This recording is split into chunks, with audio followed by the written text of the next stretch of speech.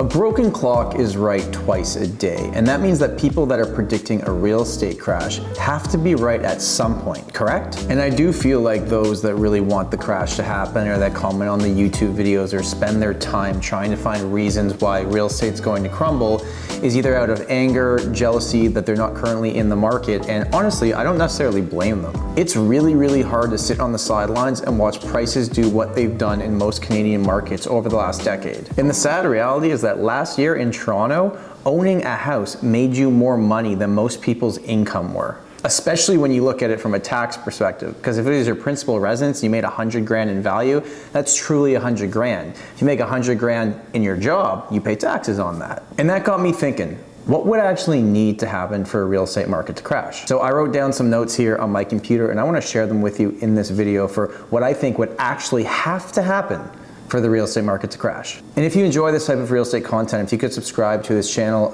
like this video, and maybe hit the bell if you want to be notified for similar content. Also, if you want to book an appointment with me, you can go right into the first link in the description, book a buyer consultation, a seller consultation, or just a call to chat about real estate. So what's it actually going to take for us to see real estate prices start going downwards? It's going to take high interest rates, it's going to take an economic downturn, and it's going to take low demand. All right, that's it, that's the video. And we all know it's not that simple, right? But interest rates really are the main topic of discussion here. Right now in Canada, you can get 5-year variable rate mortgages at like 1.5%. You can get fixed rate mortgages at 2.5 to 2.8%. Money is relatively extremely cheap to borrow. Because remember, at the end of the day, you're not buying a purchase price, you're buying a monthly payment. In fact, that's mostly what you're buying. And if interest rates were to go up significantly, you would qualify for less of a property, which means there would be less demands for properties at certain price points, and theoretically, price points would either cool off or significantly come down. I think for the market to actually crash, mortgage rates would have to like double. So I think fixed rates would have to be like 6%, maybe variable at 4.5%, 5%, for there actually to be enough of a decrease of demand for prices to start falling. Now, interest rates is the big one, but I think we also have to look at population growth.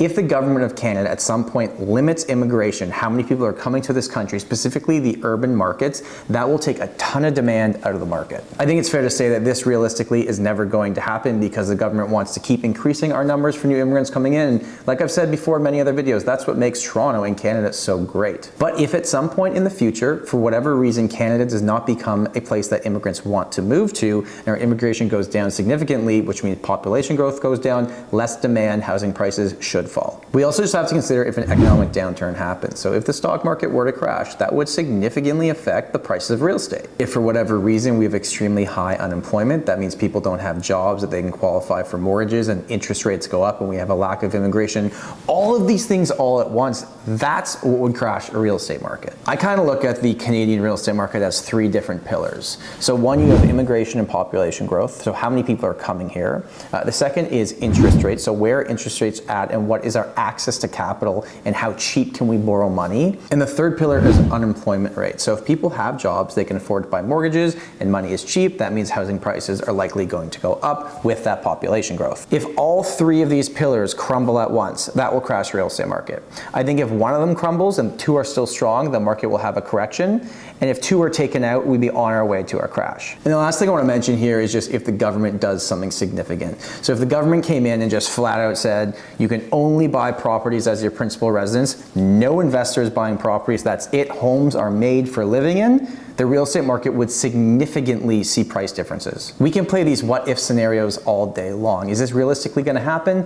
No, but if the government does come in and do something significant to bring down prices, that could be something that could bring down the market. And my final thoughts on the market potentially crashing are this, because I've had people say this to me before. Well, you know, the mortgage market's going to crumble. It's going to be like 2008 in the States where people are buying properties. Like, have you been through a mortgage approval process in Canada? Even if you make a good amount of money and have all of your ducks in a row and give them all the paperwork they ask for, because they ask for literally everything, sometimes even the rights to your firstborn kid's name. But in all seriousness, like they ask for so much. It is so hard to get approved for a mortgage for about 5 times what your income is here in Canada. You can't buy properties with no money down. You need a down payment. They have minimum down payment requirements.